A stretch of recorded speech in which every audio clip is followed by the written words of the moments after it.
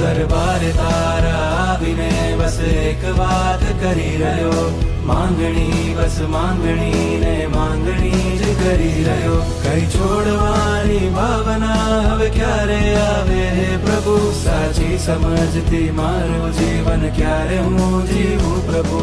દરબારે